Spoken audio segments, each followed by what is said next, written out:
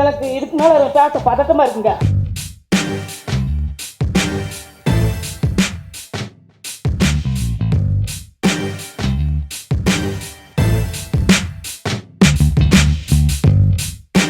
இந்த படம் பற்றி சொல்லணும்னா ஒரு சின்ன ஒரு ஃப்ளாஷ்பேக் போகலாம்.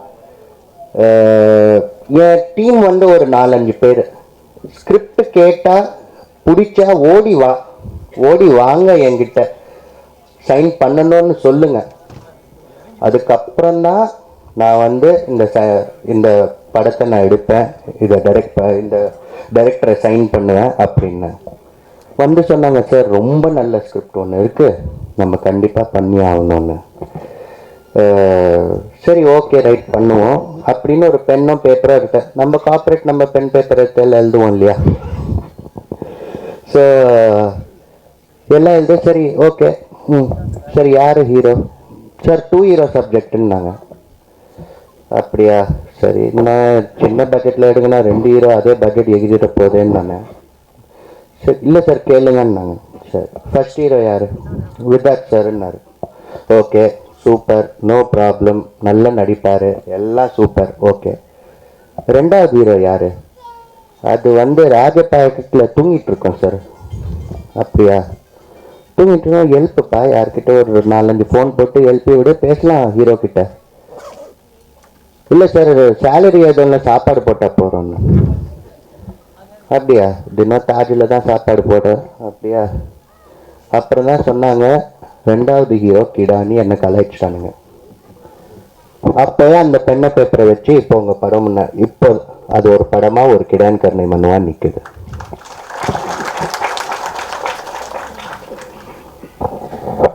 இது ஒரு டிஃப்ரெண்ட்டான மூவி. ஸோ நானும் ஒரு டிஃப்ரெண்ட்டான ஒரு டைலாக் அடிக்க போகிறேன். நிறைய ப்ரொடியூசர்ஸ் வந்து இது படம் பார்த்த உடனே நான் ஒரு 3 நாள் தூங்கலை, அதை பற்றி தான் யோசிச்சுட்டு இருந்தேன், ரொம்ப அருமையான படம் அப்படின்னு சொல்லுவாங்க. நான் ஒரே ஒரு விஷயம் சொல்லணும்னு நினைக்கிறேன். வந்து படத்தை பாருங்கள், நிறைய சிரிப்பீங்க, நிறைய ஜோக்ஸ் இருக்குது, கொஞ்சம் கண்ணிலேருந்து தண்ணி வரும், அவ்வளோதான்.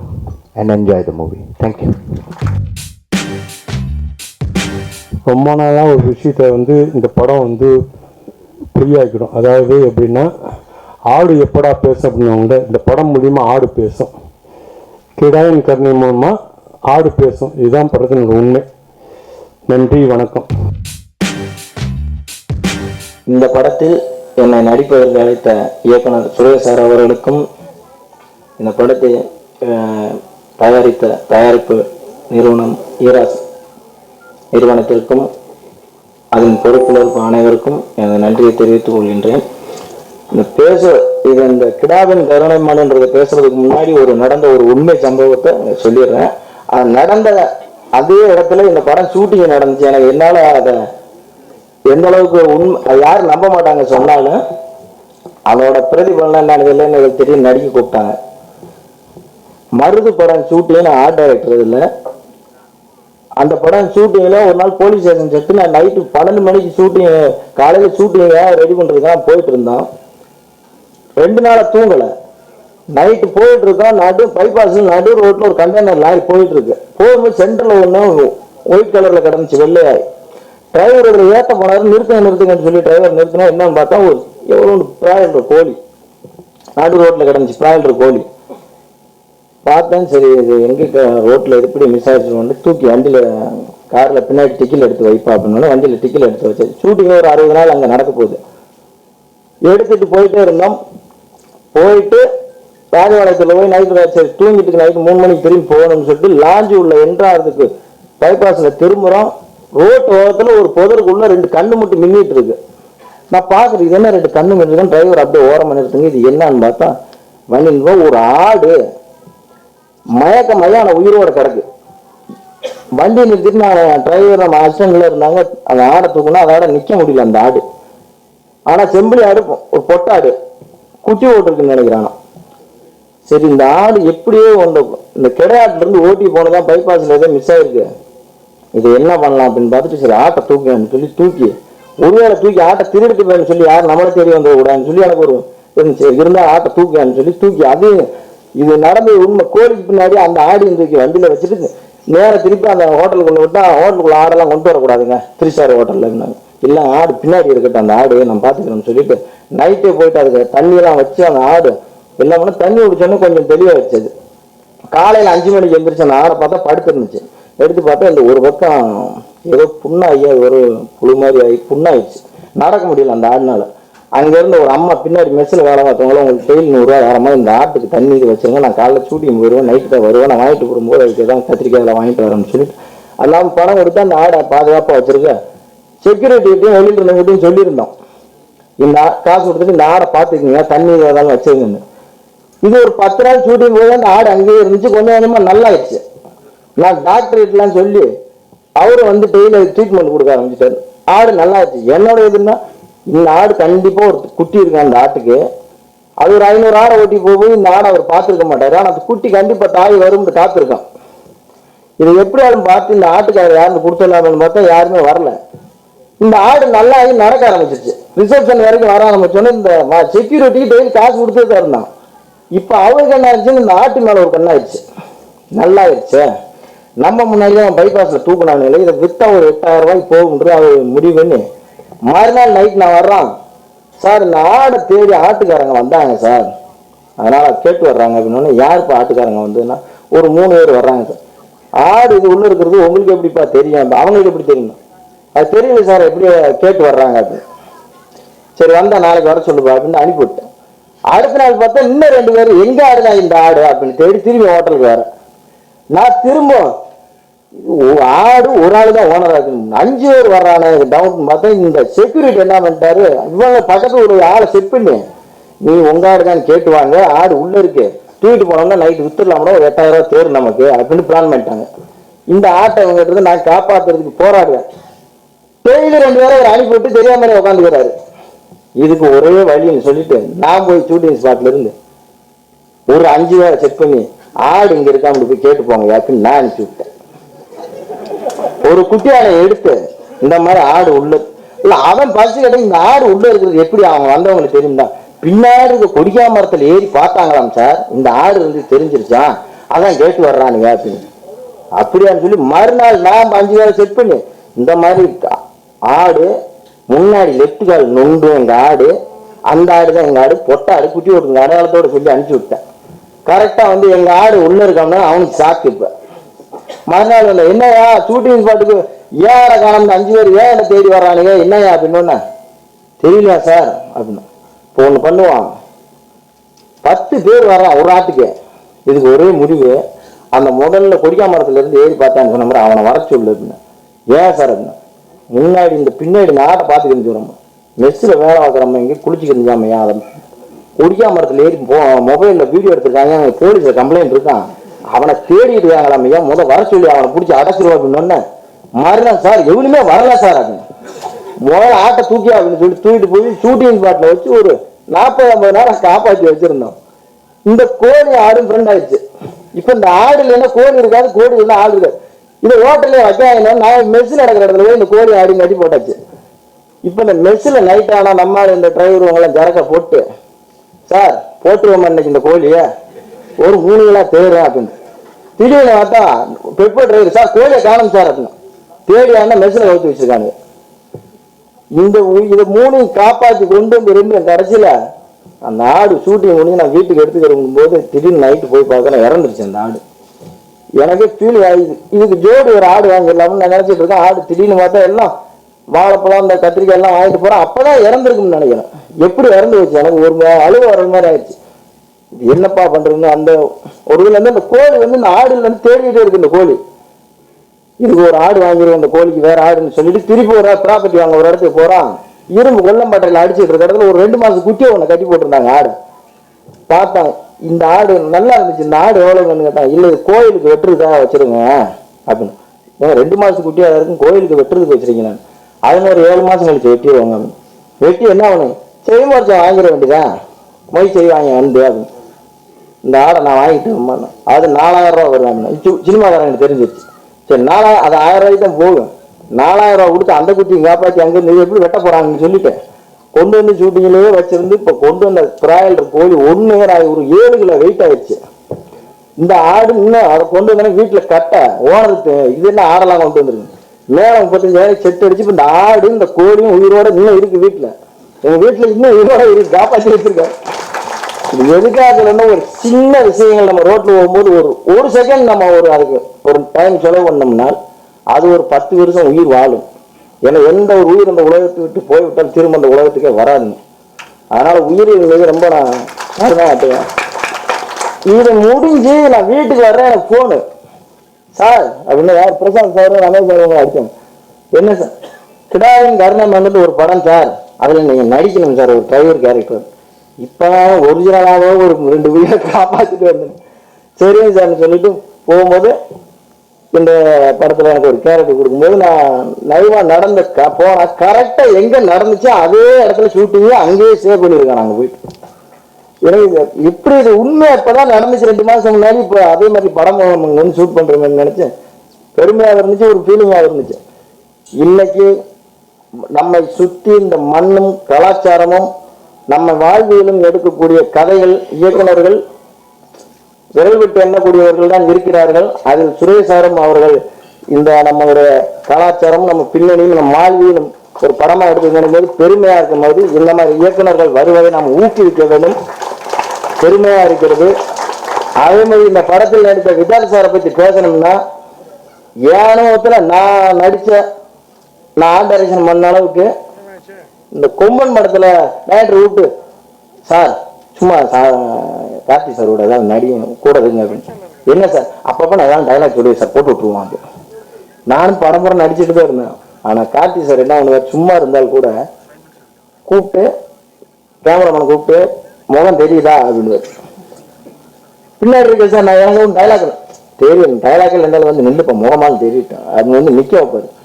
கூட நடிக்கிற சக நடிகர்களை வெளியே தெரிய வைக்கிறதுக்கு நான் ஏனத்துல கார்த்தி சார் பார்த்தேன். அதுக்கு பின்னாடி விதால் சாரை சொல்லலாம். நான் அவரோட நான் படத்தில் நடிக்கும்போது அவர் எனக்கு பழக்கம் இல்லாத ஒரு ஃப்ரெண்டு எந்த அவர் எனக்கு தெரிய இந்த படத்தில் நடிக்கும் போகும்போது டைரக்டர் கூப்பிட்டு இன்ட்ரடியூஸ் பண்ணி வச்சார். ஷூட்டிங்கில் இருக்கும்போது நிறைய எல்லாத்தையும் கூப்பிட்டு சொல்லிட்டு நான் என்ன எல்லாத்தையும் கூப்பிட்டு சொல்லிட்டு இருக்காரு அப்படின்னு டைரக்டர் சொல்லிவிட்டாலும் அவர் கூப்பிட்டு இப்படி இருக்குன்னு சொல்லிட்டு பேஸ் தெரியலன்னா கூப்பிட்டு பக்கத்தில் வச்சு எல்லாரையும் கூப்பிட்டு முகம் தெரிகிற அளவுக்கு அவருக்கு விஷயங்களை சொல்லி கொடுத்து நல்ல விஷயங்கள்லாம் பண்ணுவார். நான் உண்மையிலே பெருமையாக நினைக்கிறேன். அவர் கூட நடிக்கும்போது மற்றவங்கெல்லாம் பெருமையாக நம்ம வந்து கொஞ்சம் நம்ம இன்னும் கொஞ்சம் வெளியே வரலாம். பெருமையாக இருக்கு. இயக்குனர் பற்றி சொல்லணும்னால் ஒரு நடிகரை ஒரு நிமிஷம் கூட வீணாக படப்பிடிப்பில் வைத்திருக்க மாட்டார், வீணாகவும் அங்கே இருக்க வைக்க மாட்டார். நான் எவ்வளவோ ஒர்க் பண்ணியிருக்கேன். கரெக்டாக இப்போ 9 மணிக்கு வாங்கினா 9 மணிக்கு போவோம். 2 மணி முடிஞ்சா சார் உங்களுக்கு முடிஞ்சிருச்சு போங்க சார், போன பின்னாடி கூப்பிடுவாங்க போங்க சார் உங்களுக்கு முடிஞ்சிருச்சு.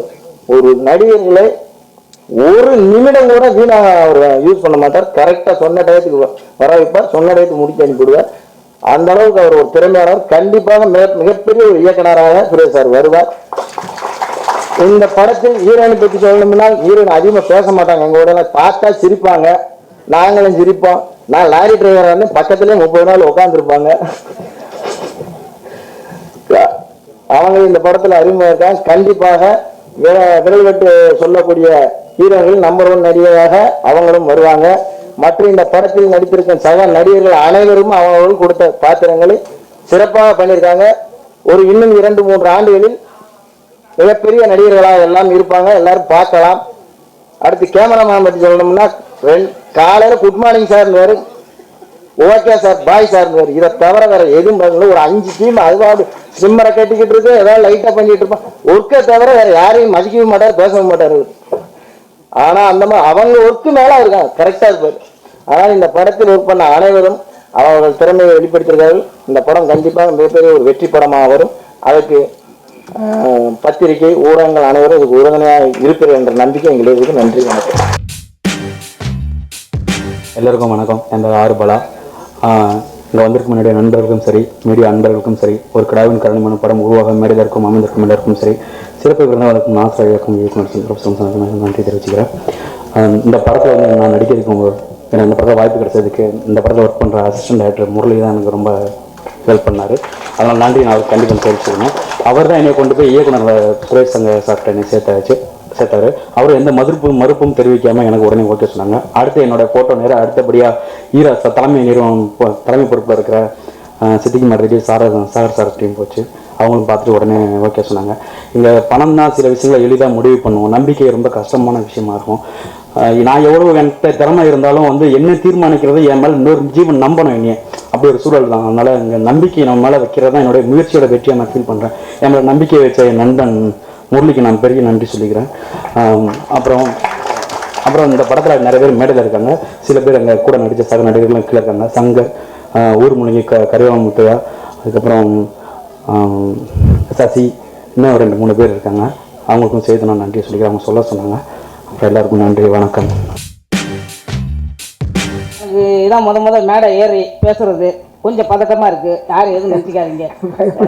முதல்ல நான் டைரக்டருக்கு நன்றி சொல்ல விரும்பணும். அதுக்கப்புறம் பார்த்தீங்கன்னா கேமராமேன் சார், மேடம் ஈராஸுக்கு நான் ரொம்ப நன்றி சொல்லணும். ஏன்னா எல்லாமே ஜாலியாக இருந்தோம். ரொம்ப ஜாலியாக இருந்தோம். எனக்கு ரொம்ப பிடிச்சிது. லைக் எனக்கு எனக்கு ரொம்ப சந்தோஷம் ஆச்சு. எல்லாருக்குமே எங்கள் டீம் எல்லாருமே வந்து எல்லாமே யதார்த்தம். எல்லா கேரக்டருமே யதார்த்தமான கேரக்டர். யாருமே வந்து அப்படி ஒரு வீட்டு குடும்பம், பெரிய குடும்பம் எப்படி இருக்கும் அந்த மாதிரி இருந்துச்சு அந்த ஸ்பாட்டில். எனக்கு இதுக்கு மேலே பேச பதட்டமாக இருக்குங்க. சாரி, ரொம்ப நன்றி. நன்றி சார், நன்றி சார். சுரேஷ் அவர்களுக்கு மிகப்பெரிய வணக்கம். நான் வந்து கூடு பார்த்த மாதிரி வளங்கொழிக்கும் எக்ஸ்போர்ட் துறையில் 25 ஆண்டுகள் கொடிகட்டி பறந்தேன். எனக்கு வந்து ஓனர்களை தவிர்த்து வேறு யாருமே தெரியாது. ஓனர் தெரியும், ஃபாரினர் தெரியும். அந்த மாதிரி இருந்ததெல்லாம் கடவுள் வந்தெல்லாம் கடவுளுடைய கிருபை. ஒரு கிரகங்கள் காலகாலத்தில் தன் கடமையை செய்யுங்கிறது உண்மை. அப்படிப்பட்ட எல்லாம் ஒரு கோயில் கட்ட கொண்டு வந்தது கடவுள். அந்த கோயில் கட்டின புண்ணியம் டக்குன்னு சினிமாவில் தூக்கி அடித்து முதல்ல உழைப்புனா நான் கிட்டத்தட்ட 25 ஆண்டுகளுக்கு அப்புறம் நல்ல ஏசி இல்லாமல் வேலை பார்த்துருக்குறேன். அப்படி ஒரு வாழ்க்கை. அதில் என்னன்னா இவங்க கொடுத்த அன்பு, நான் அந்த உழைப்பே பார்த்ததில்லை உலகத்தில். அவ்வளோ அன்பு பாசம் கோபம் வரும். பட் விமர்சனம்லாம் ஐயோ இந்த மாதிரி எல்லாம் விடுறதில்லை. ஓட இல்லை, அன்பால் பிடிக்கிறது எனக்கு ஒரு தனி பாசம். இவ்வளோ பெரிய இண்டஸ்ட்ரியா, இவ்வளோ பெரிய மக்களா, இப்படி நம்ம வெறுக்கால என்ன விடுறதில்லை. இவரு பேர் என்ன மிஸ்டர் அழகசாமி விடவே மாட்டேங்கிறாரு. ஐயோ எல்லாரும் கிண்டலா கேலியா அன்பா பாசமா அவ்வளோ பெரிய. ஏன்னா ரொம்ப வாய்ஸெல்லாம் நீங்கள் கேட்டிருப்பீங்க. சேதுபதி படத்தில் என்னை இன்ட்ரடியூஸ் பண்ண டைரக்டருக்கு மிகப்பெரிய வாழ்த்துக்களை நான் தெரிவிச்சுக்கிறேன், நன்றி கடனை தெரிவிச்சுக்கிறேன். அவர் தான் என்னை கொண்டு வந்து ஒரு படத்தில் இது மாதிரி பண்ணார். பட் இருந்தாலும் இந்த சினிமாவில் நான் வாழுவேன், நிறைய பேரை வாழ வைக்கிறதுக்கான கடவுளை பிரேர்த்தனை பண்ணுவேன். Okay, thank you. சினிமா கம்பெனி ஊர் இந்த பக்கம் தானே இருக்கும் அப்படின்னு ஒரு சின்ன இது சரின்னு தேடி பிடிச்சி போயிட்டேன். போனால் செகண்ட் ஃப்ளோர்னே வாங்கினேன். மேலே போனால் கைரேகை வச்சு அப்புறம் ஒரு டோர் திறந்து அப்புறம் உள்ளே போய் பார்த்தா ரிவால்விங் சேரில் தான் டைரக்டர் இருப்பாருன்னு பார்த்தா எல்லாருமே ரிவால்விங் சேரில் தான் உட்காந்துருக்காங்க. ஒரு 20 அடிக்கு டேபிள். அப்போயே எனக்கு கையால் ஆட ஆரம்பிச்சிச்சு. ஆஹா, வேறு இடத்துக்கு வந்துட்டோமோ அப்படின்னு. இருங்கண்ணே டைரக்டர் வந்துடுவார் அப்படின்னு. அவர் பார்த்த உடனே ஸ்கிரிப்ட் புக்கை வேறு தூக்கி போட்டார். எனக்கு மொத்தத்துக்கு அவுட்டு. நான் இதில் ஒரு கேரக்டர் பண்ணுறீங்க, சரிங்க சார் பண்ணுறேன் சார், அந்த டைலாகை படிச்சுட்டு எனக்கு சொல்லுங்கள் அப்படின்னு. நான் அப்படின்னு அப்புறம் சார் நாளைக்கு வந்து நான் உங்களுக்கு பண்ணி காட்டுறேன் சார். அப்படியா, சரி உடனே அப்போ எனக்கு இந்த இதை மட்டும் கொடுங்களேன், ஒரு ஸ்கிரிப்ட் பேப்பர் மட்டும் எடுத்துக்கோங்க அப்படின்னு. இதில் இந்த கௌசிக்குன்னு ஒருத்தர் ஏடி இருக்கார். அவர் என்னை பயமுறுத்தி அதெல்லாம் தர முடியாது, அவர் சொல்லிடுவாருங்க, அதெல்லாம் தர முடியாது. இப்படியெல்லாம் நான் தயாராகி நான் அங்கே போய் நான் பட்டவாடு. அப்போ ஃபஸ்ட்டு டே ஷூட்டு. உடனே நான் நடித்து முடித்த உடனே விதாஸ் சார், அண்ணே நீங்கள் நல்லா பண்ணுறீங்கண்ணே அப்படின்னு. ஐயோ என்ன கரெக்டாக தான் பண்ணுறோம்மா அப்படின்னு. உடனே எனக்கு ஒரு சின்ன சென்னை, இல்லைண்ணே நல்லா யதார்த்தமாக பண்ணுறீங்கண்ணே. அப்படியா சார், ரொம்ப நன்றி சார். அப்படியே அடுத்த ஷெட்யூலுக்கு போகிறேன். ஒரு டைலாக் நான் பிளாக்காக படிச்சிருந்தேன். மொத்தத்துக்கு இப்போ அண்ணே ஒரே லென்த்தாக போகிறோம்னு இந்த ஷார்ட் அப்படின்ட்டாரு டைரக்டர். விட நாய் பெட்ஃபோர்டுக்குள்ளே போய் படிக்கிறேன், அங்கே போய் படிக்கிறேன், ஒன்றுமே ஓடலை. எல்லாரும் தைரியம் சொல்ல ஆரம்பிச்சிட்டாங்க. ஐயோ ஒன்றும் இல்லை, இதெல்லாம் ஒரு இதாக பண்ணலாம். அதோட இதாக சார் கடைசியாக சொன்னார், அண்ணே ஒன்று நடிக்க தெரியலைன்னா உடனே அனுப்பிச்சி விட்ருவாங்க, எதுக்கு இது பண்ணிக்கிறீங்க, நீங்கள் பண்ணுங்க அப்படின்னு. சரிங்க சார் அடித்து நல்லபடியாக முடிச்சுட்டு வந்தாச்சு. இந்த ஆடை பற்றி பார்த்தா ஆர்ட் டைரக்டருக்கு வேலையே இல்லை, இந்த ஆடை மேய்க்கிறது. அது என்னடனா டீ சாப்பிடும், ஜாங்கிரி மிக்சரு எல்லாத்தையும் அது வாட்டில் கோயில் அப்படி திண்டுக்கிட்டே இருக்கும். அது வாட்டில் கண்டுக்கிறாது. அந்த அளவுக்கு அது ஆடாவே இல்லை, அது ஒரு ஆளாக இருந்துச்சு. கரெக்டாக டேக் போடாமா அப்படின்னா டக்குன்னு எந்திரிச்சு நிற்கும். அந்த அளவுக்கு பயங்கர சென்சிட்டிவாக இருந்துச்சு. இப்போ கேமரா இப்போ வீடியோ எடுத்தாங்களே அசையாமல் நிற்கிது ஃப்ரேமில் அப்படி இல்லை. அவங்களுக்கே தெரியும், பத்திரிகையாளர்களுக்கு தெரியும், அந்த அளவுக்கு கோஆப்ரேட் பண்ணி அவ்வளோ இது பண்ணது. டைரக்டர் வந்து அவ்வளவு ஒரு 10 படம் பண்ண ஒரு இது மாதிரி அந்த ஒரு ஆளுமையோட அவ்வளவு சிறப்பாக எங்களை இது பண்ணி தட்டி வேலை வாங்கி இந்த அளவுக்கு சிறப்பாக கொண்டு வந்தது தயாரிப்பாளருக்கு மிக்க சந்தோஷம். ரொம்ப நன்றி. சாரி, இது கேமராமேனு ஓடிக்கிட்டே இருப்பார். காலையில் 5 மணிக்கு நாங்கள் வாக்கிங் போவேன் அங்கே ராஜபாளையத்தில், இவர் பார்த்தா அங்கிட்டு எதிர்த்தாவில் போய்க்கிருப்பார். இதே வந்து ஸ்பீடு கடைசி வரைக்கும் இருக்கும். அங்கேயே பிளாக் கிளாத்தை விரிச்சு படுத்துக்குருவார். சாப்பாடு வேண்டாம் எனக்கு நான் அங்கேயே படுத்துக்கிறேன்னு மோரோ ஏதோ ஒரு இதில் கிணறுல பிடிச்சி படுத்துக்குருவார். அந்த அளவுக்கு அவர் ஹார்ட் ஒர்க் பண்ணார். எல்லாரும் என்னோட நடித்த அத்தனை நடிகர்களுக்கும் நன்றி, வணக்கம். எல்லாருக்கும் வணக்கம். நான் இதுக்கு முன்னாடி அண்ணாமலை மூவியில் ரஜினி சாரோட பொண்ணாக நடிச்சிருக்கேன். இப்போ மறுபடியும் ரீஎன்ட்ரி இந்த மாதிரி வந்திருக்கேன். என்கிட்ட மோதாத படத்தில் ஹீரோயின் மாதிரி நடிச்சிருக்கேன். இது மேடம் வந்து எனக்கு செகண்ட் மூவி கொடுத்துருக்காங்க, ரொம்ப நன்றி. இந்த படத்தில் இது சினிமா ஷூட்டிங் சொல்ல முடியாது, டைரக்டருக்கு ஃபஸ்ட்டு படம். நாங்கள் எல்லாம் ஒரு ஃபேமிலியாக ரொம்ப கஷ்டப்பட்டு இஷ்டப்பட்டு நடித்தோம். இந்த படத்தில் நடித்ததில் நான் ரொம்ப சந்தோஷப்படுறேன். தேங்க்யூ. திரைப்படத்தின் பாடல்களை என் அண்ணன் முத்துக்குமார் அவர்களுக்கு சமர்ப்பிக்கிறேன்.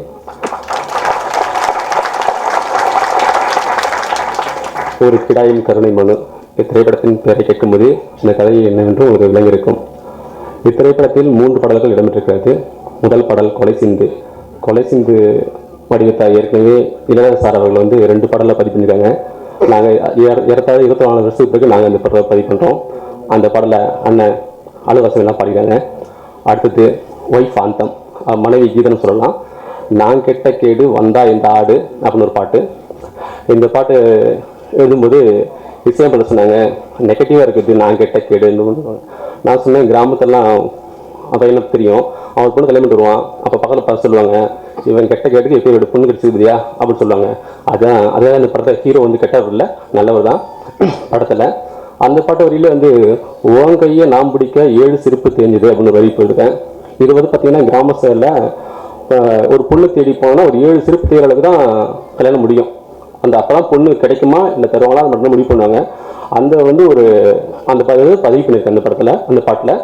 அதனால் இந்த பாட்டை ஒவ்வொரு கணவனும் அவங்களுடைய மனைவிக்கு டெடிட் பண்ணலாம். அடுத்தது ஒரு குலசாமி தேடி கிராமத்துலேருந்து மக்கள் கோயில் போவாங்க. அப்போ ஒரு பாடல் வந்து எங்கோ இருக்கிற இனத்தை காக்கிற கஞ்சி கேங்கிற சனத்தை தாங்குற மண்ணில் நடக்கவே வரத்தை கொடுக்குற சாமி ஆயுள் தந்தே. இந்த பாடல் வந்து தமிழ் சினிமா பாடல்களில் வந்து ஒரு நீண்ட வரி கொண்ட பாடலாக இருக்கும். இந்த பாடல் கம்போசிங் போது வந்து சித்தி மேடம் அவங்க குழுவாக வந்தாங்க. அப்போ அந்த பாடல் நானும் இசைவனம் பாடி காமிச்சோம். அதில் அவங்களுக்கு வந்து தனியே நான் தூங்கிய நாளும் தான் போகும் தூரம் வாழ்ந்தாலும் வீழ்ந்தாலும் தாங்கத்தான் வேணும் மெய்யும் தான். இந்த வரி எனக்கு ரொம்ப பிடிச்சதா அவங்க சொன்னாங்க. அவங்க சரியாக தமிழ் தெரியாதுன்னு நினச்சேன், ஆனால் இந்த அளவுக்கு அவங்க தமிழ் புரியுதுன்னா தமிழ் தான் பெரிய கணம். அதே பாட்டில் வந்து இயக்குனருக்கு ரொம்ப பிடிச்ச வரி, மனுஷனை நாடி மிருகம் வாழலை, மனுஷன் ஆடுறான் கடவுள் போல, கிடைக்கிறதெல்லாம் எடுத்துக்கொள்ள வாரான் அப்படின்னு சொல்லி ஒரு வரி இருக்கும். அந்த வரி வந்து இதுதான் என்னுடைய கதை நல்லா சொல்லி புஷ் பண்ணாங்க. இந்த பாடலை கேட்டு அதுக்கப்புறம் இந்த சிறுசங்க சார் டைரக்டர் பற்றி பேசணும். பழக ரொம்ப எளிமையான ஒரு தமிழ் சினிமாவில் வந்து டைரக்டர் பாலாண்ணன் தான் நடிகர்களை வச்சு குடும்பப்படுத்தாங்கன்னு ஒரு பேச்சு இருக்குது. அது எந்த அளவுக்கு உண்மைன்னு எனக்கு தெரியல. ஆனால் நான் பார்த்தேன், சுரேஷ் வந்து இந்த நடிகர்லாம் வச்சு குடும்பத்தை நான் கண்ணில் பார்த்தேன். மே மாதம் வெயில், அதாவது பங்குனி வெயில், மொட்டை அருப்புக்கோட்டை பக்கத்தில் உங்களுக்கு தெரியும், அது கந்தக பூமி. அங்கே வந்து இவங்கெல்லாம் நடிகளை செருப்பெல்லாம் போடாமல் அவங்க போட்டு வாட்டி வரைச்சதெல்லாம் பார்த்தேன். ஆனால் அவங்க நடிகர்லாம் எந்த ஒரு எதிர்ப்பு தெரிவிக்காம நடிச்சுக்கிட்டு இருக்காங்கன்னா அது இப்போ ஏதோ இந்த படம் நமக்கு கிடைக்கும், இந்த படம் எங்கே போய் நிற்கும் அப்படின்னு ஒரு காரணமாக தான் நான் நினைக்கிறேன். அதே போல படம் நல்லா வந்திருக்குது. அவர் திரைப்படத்துறைக்கு ஒரு புதிய திரை கதை சொல்லி கிடைச்சிருக்காருன்னு சொல்லுவோம். சுரேஷ் ஐயாவை ஒரு நல்ல கதை சொல்லி கிடைச்சிருக்காரு. நான் படம் பார்த்தா உனக்கு கிளைமேக்ஸ் ஆகல, ரொம்ப நல்லா இருக்கு. அவர் எத்தனை உயரம் போனாலும் இது போல கதையை நீங்கள் தேர்ந்தெடுத்து பண்ணணும். நான் உங்களை என்னுடைய தனிப்பட்டதாக கேட்டுக்கிறேன். அவர் இந்த படத்துடைய கதாநாயகன் விதாஸ் சார். விதாஸ் சார் பாடல்கள் பண்ணும்போது வந்தாங்க. வந்துட்டு பாட்டை கேட்டு பிடிச்சுன்னு சொல்லிட்டு ஒரு நாள் விருந்து வச்சாங்க வீட்டில். எனக்கு ஏற்கனவே இருக்கும். அடுத்த படத்துக்கு விருந்து வேணும் சார் எனக்கு. அடுத்தது இந்த படத்தை ஆடுனா அழகுனா ரவீனா அப்படின்னா நம்ம அத்தை பொண்ணு மாமா பொண்ணு இருப்பாங்களே வீட்டில், அந்த ஒரு அந்நியம் வேற்று ஆள் போல பார்க்க மாட்டாங்க, நல்லா பழகுவாங்க. டப்பிங் போது மீட் பண்ணேன். அப்போ பாட்டு சொல்லுங்க அப்படின்னாங்க. அப்போ நான் கேட்டு வந்தா இந்த ஆடுன்னு காமிச்சேன் சொன்னாங்கிட்ட. உடனே ஃபுல் பாட்டு சொல்லி கொடுத்தேன். சொன்னேன் இந்த படம் வரும்போது நான் கலப்பின்னு வச்சுக்குவேன் அப்படின்னாங்க. இது அவங்க படம், நிறைய படம் பண்ணுவாங்க. கண்டிப்பாக உங்கள் படத்தை வாய்ப்பு வாங்கி கொடுக்கணும். நீங்கள் உங்களை பற்றி நிறைய எழுதணும். அடுத்தது இசையமைப்பாளர் ரகுராம். உலகத்தில் ஸ்டீஃபன் ஹாக்கிங் இயற்பியலில் ஒரு பெரிய பாய்ச்சல் நடத்தினார்ல, அதுபோல் நம்ம ரகுராம் இசையில் ஒரு பாய்ச்சல் நடத்துவார். Welcome to Tamil cinema Raghuram.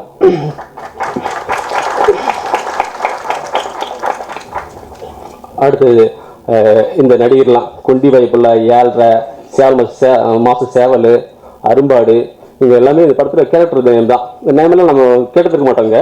இவங்க எல்லாமே படத்தில் எப்படி வாழ்ந்துருக்காங்க. படத்தில் பெரிய நான் வெற்றியை நான் எது நினைக்கிறேன்னா இந்த கதையும் இந்த கதாபாத்திரம் நடிக்கிற கேரக்டர் தான். இவங்க பிடிச்ச உடனே இந்த படத்துடைய வெற்றி இருக்கிறத ஆரம்பிச்சாரு அப்படின்னு சொல்லுவாங்க. இந்த படத்தை அதுக்கு ராஜபாட்டை அமைச்சு கொடுத்த ஈராஸ் கம்பெனிக்கு என்னுடைய தனிப்பட்ட நன்றி.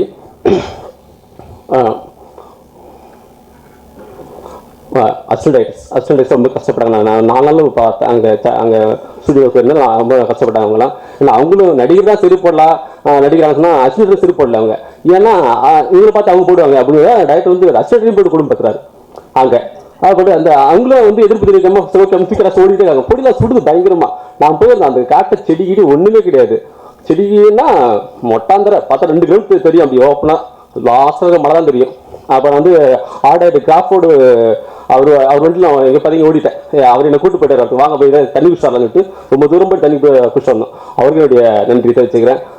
இந்த படம் மிகப்பெரிய வெற்றி அடையும். ஏன்னா இந்த படத்தில் ஒரு ஆபாசமோ இல்லை வன்முறையோ வெட்டு குத்தோ இல்லை. அதனால் நீங்கள் குடும்பத்தோடு அந்த படத்தை நீங்கள் தேட்டரில் பார்க்கலாம். அந்த படம் வெற்றி அடைய உங்களுடைய சப்போர்ட் தேவை. மீடியா அனைவருக்கும் இந்த படத்தை சப்போர்ட் பண்ணி என்னுடைய நன்றி தெரிவிச்சிருக்கேன். வணக்கம். டாக்டர் சுரேஷ் சங்கரை பற்றி சொல்லணும்னா ரொம்ப டெடிக்கேட்டான பர்சன். என்ன தேவையோ அது நல்லா தெரியும் அவருக்கு. அது மட்டும் தான் எடுப்பார். ஷூட்டிங் கடையை பார்த்தா ரொம்ப ஜாலியாக இருக்கும். அப்புறம் ரவீனா, அப்புறம் விதாத் சார் எல்லாமே நல்ல பர்ஃபார்மன்ஸ் கூட. இந்த எல்லாமே 32 ஆர்டிஸ்ட் பக்கம் இருப்பாங்க. எல்லாமே ரொம்ப நல்லா பர்ஃபார்ம் பண்ணியிருக்காங்க. அப்புறம் ரகுராம் சார் நல்ல மியூசிக் சூப்பர் நல்லா பண்ணியிருக்காரு. பிஜிஎம் அதாவது எந்த இடத்துல சைலன்ஸ் வேணுமோ அந்த இடத்துல சைலன்ஸ் கொடுத்து, எந்த இடத்துல பிஜிஎம் வேணுமோ அது மட்டும் நல்லா பண்ணியிருக்காரு. ரொம்ப நல்லா வந்திருக்கு. சப்போர்ட் பண்ணுங்கள். தேங்க்யூ. எல்லாருக்கும் வணக்கம். இந்த படத்தில் எனக்கு வாய்ப்பு கொடுத்த ஹீராஸ் கம்பெனிக்கு நன்றி. மேடம் சித்தி பூஜாராம் மேடமுக்கு ரொம்ப நன்றி. அப்புறம் மேனேஜர் நம்ம பிரசாத் அண்ணன், அப்புறம் டைரக்டர். ஸோ ஆக்சுவலாக நான் ஸ்டேஜில் அவ்வளோ பேசுனதில்லை. எனக்கு கொஞ்சம் நர்வஸாக இருக்கேன், தப்பாக நினைக்காதீங்க. ரொம்ப நல்லா வந்திருக்கு ஒர்க்கு. படம் 40 டேஸ்னால் லாஸ்ட்டாக தான் நம்ம ஒர்க் இருந்தது. படத்தோட கிளைமேக்ஸை நம்ம தான் எடுத்துருக்கோம். எல்லாருக்குமே ரொம்ப கஷ்டப்பட்டாங்க அந்த வெயிலில். என்னை பற்றி யாரும் ஏன் சொல்லலைன்னா என்னை பற்றி எல்லாருக்கும் கொஞ்சம் கஷ்டமாக இருக்கும். ஏன்னா அவ்வளோ அடி வாங்கியிருக்காங்க. தேங்க்யூ. நண்பர்களுக்கு முன்னாடி ஒரு விஷயத்தை பதிவு செய்ய விரும்புகிறேன்.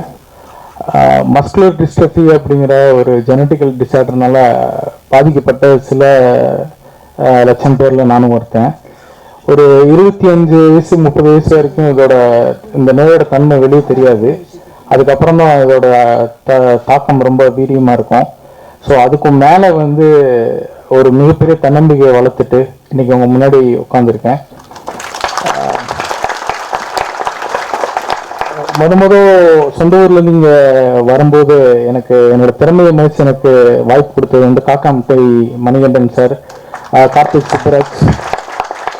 அவங்களோட ஷார்ட் ஃபிலிம்ஸ்க்கு மியூசிக் பண்ணது மூலமாக என்னோடய வே ஆஃப் கம்போசிங் வந்து வேறு லெவலுக்கு மாறிச்சு. ஸோ அப்போது வந்து எனக்கு பழக்கமானவர் வந்து சுரேஷ் சங்கையா. ஸோ அவங்க கூட ஒர்க் பண்ணுறதுக்கான வாய்ப்பு எனக்கு அமையலை. பட் அந்த நம்பிக்கையை வந்து என் மேலே ரொம்ப அதிகமாக வச்சு எனக்கு இந்த வாய்ப்பு கொடுத்த சுரேஷ்க்கு ரொம்ப நன்றி. ரெண்டாவது வந்து நான் வந்து சாம்பிள் ஒர்க் பண்ணி காமிச்சப்போ வந்து அந்த சாம்பிளை கேட்டுட்டு ஓகே பண்ண வீரர்ஸ் இன்டர்நேஷ்னல் அவங்களுக்கும் என்னோட நன்றி தெரிவிச்சுக்கிறேன். ரொம்ப தேங்க்யூ. எல்லாருக்கும் வணக்கம். அம்மா அப்பா எல்லாம் ஸ்பீச்லாம் ப்ரிப்பேர் பண்ண சொன்னாங்க. சத்தியமாக ப்ரிப்பேர் பண்ணல. என்னோட ஃபர்ஸ்ட் மூவி இது. அம்மா அப்பா எப்போவுமே மற்ற ஆடியோ லான்ச்சஸ், நான் டப்பான படத்துக்கு ஆடியோ லான்ச்சஸ்லாம் போகும்போது எப்போவுமே சொல்லுவாங்க, நீ ஒரு நாள் இங்கே உட்காரணும், அது we all should see and we should be proud of it. I hope I've made you proud. And thank you. என் ரிலேட்டிவ்ஸ் ஃபேமிலி எல்லாரும் வந்திருக்காங்க. Thank you so much. Director Suresh sir audition வச்சு தான் இந்த படத்துக்கு என்ன செலக்ட் பண்ணார். Thank you sir. Raj thank you. And வித் தட் சார் செட்டில் ரொம்ப ஹெல்ப் பண்ணார். லைக் சின்ன சின்ன ஆங்கிள் விஷயமா இருந்தாலும் சரி, டயலாக்ஸாக இருந்தாலும் இப்படி பண்ணால் நல்லாயிருக்கும், அப்படி பண்ணால் நல்லாயிருக்கும். So entire cast and crew, assistant டைரக்டர்ஸாக இருந்தாலும் சரி, எவ்ரி ஒன் ரொம்ப ஹெல்ப்ஃபுல்லாக இருந்தாங்க. Thank you. And women's day special அன்னைக்கு ஒரு வீடியோ ரிலீஸ் பண்ணியிருந்தாங்க saying லைக் ஹீரோயினோட பேர் தான் ஃபஸ்ட்டு வரப்போகுது டைட்டில் அப்படின்னு. அது எனக்கு ஃபர்ஸ்ட் படம் இது. I can expect anything more. Thank you so much. Thank you thank you thank you. ஏன்னா வித் தட் சார் அது எதுவும் ஈகோ இல்லாமல் யூ அக்செப்டட் இட். ரொம்ப நன்றி. Thank you all. Thank you. Good evening, everybody. My sincere apologies. I want to talk in English because I'm little uncomfortable in talking in Tamil. So, yeah.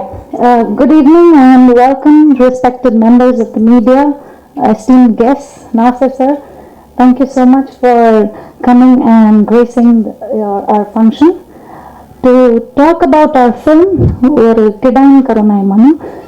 Suresh narrated the script to us, and for a debutant director, he's a marvelous person who has been so direct and has known every single thing. As a director, I have seldom seen somebody so clear about what he wants. And one specific thing which I can tell about him is he's a producer-friendly director. And I really look forward to working with him for more films. The film is something which we have worked a lot on it. It's a team effort. You can see the team effort that we are having over here. This is what we call team effort at Eros. Thanking our technicians, I would like to start with Praveen. Thank you, Praveen, for being a part of this film. When I first met him, I was feeling very awkward that he's such a big editor. What will I speak to him? But then one thing which he said was that great content needs a great push, and that encouragement has made this a very big film. So after that, Radhakrishnan sir is not here. He has given the best sound designing for us, and that is something which you will be able to see it in the film. Hari Dinesh, stunt master. He always comes to the office and will be like, I can do better, you tell me something, I can do different, and this is what you will see in the film. He has done something very, very different. So for a film which is of, it's small as well as big, he has come out with a different topic altogether. He has come out and he has created a different stunt altogether, which is fascinating.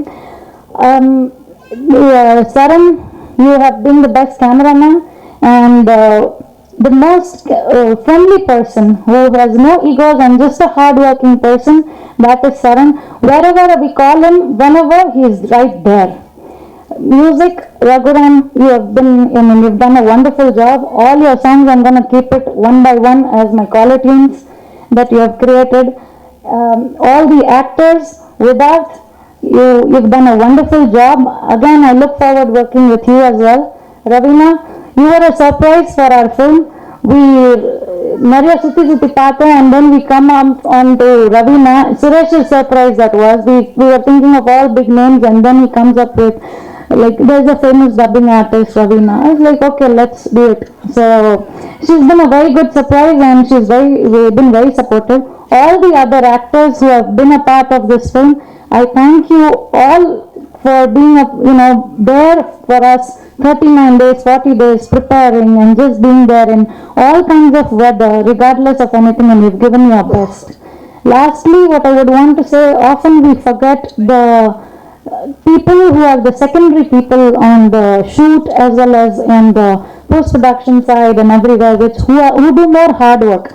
So my production team, Ramesh and Prasad, without you, this film was little impossible. The assistant directors, all of you, the assistant camera person, art assistants, editor assistants, Venkat, Satish, all of you, thank you so much for being a part of this film.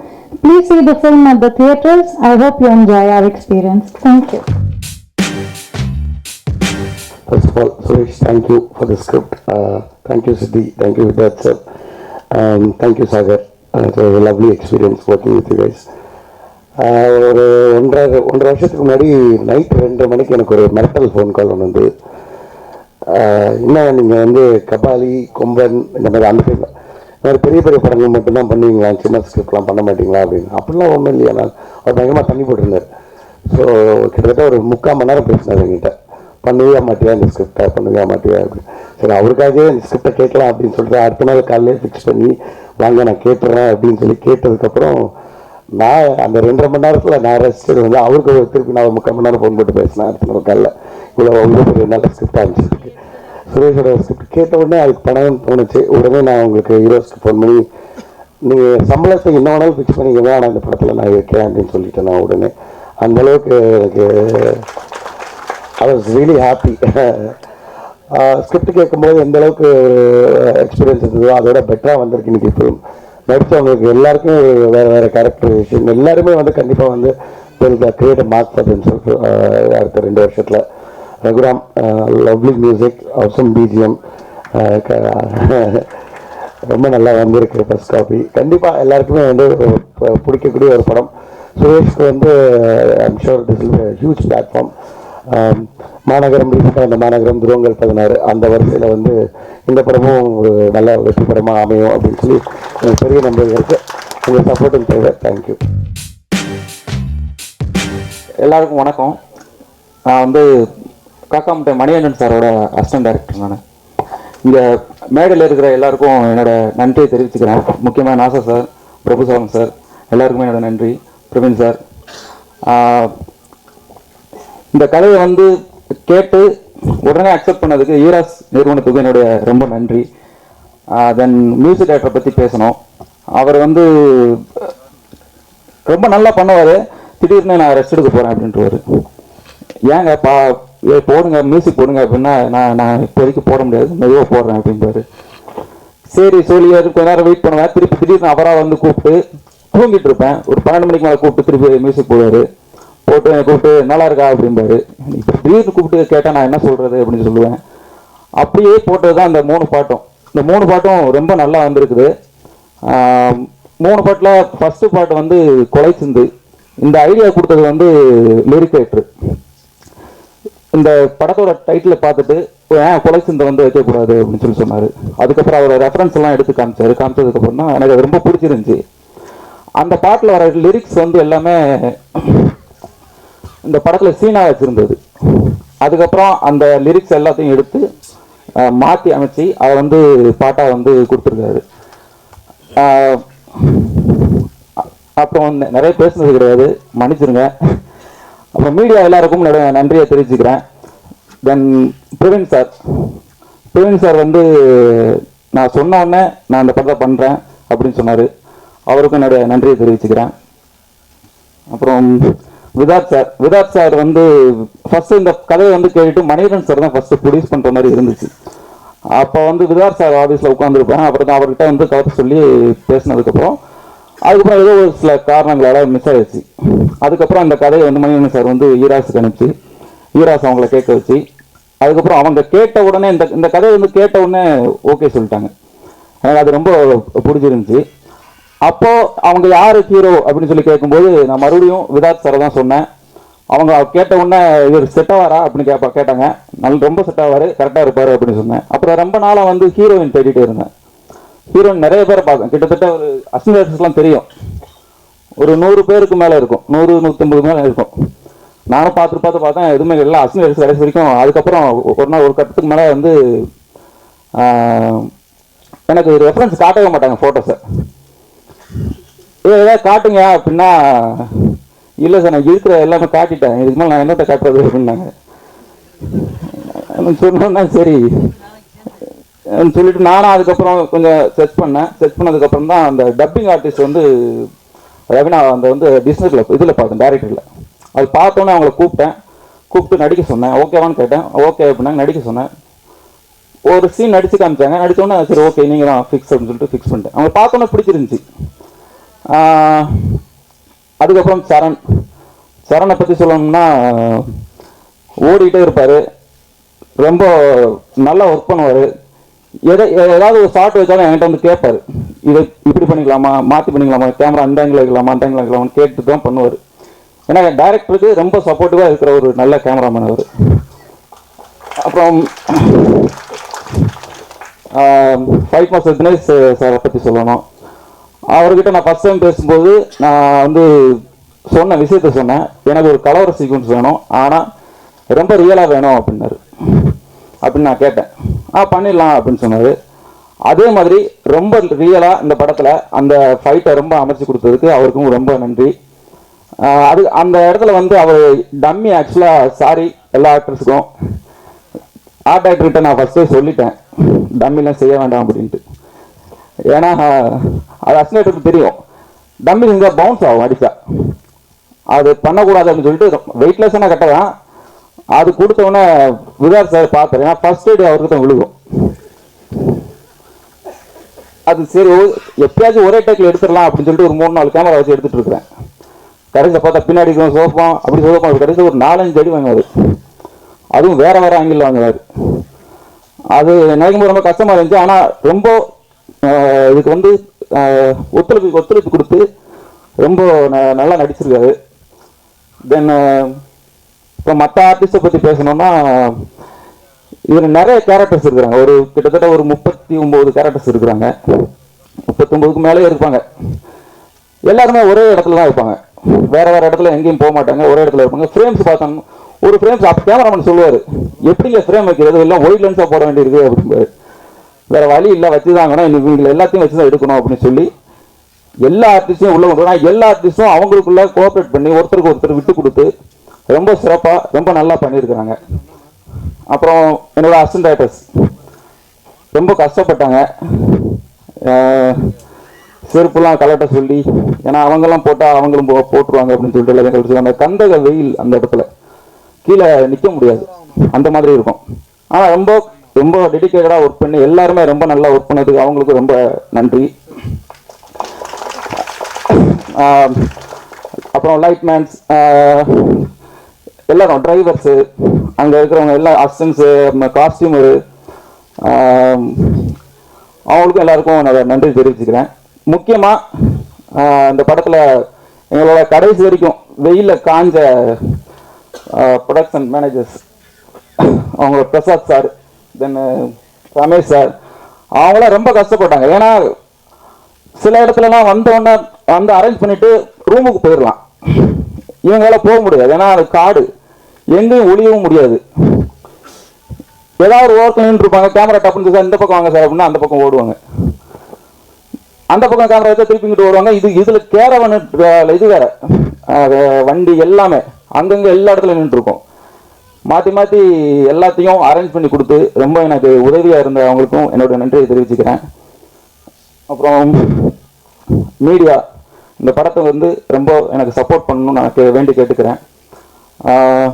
அவ்வளோதான், thanks எல்லாத்துக்கும், நன்றி.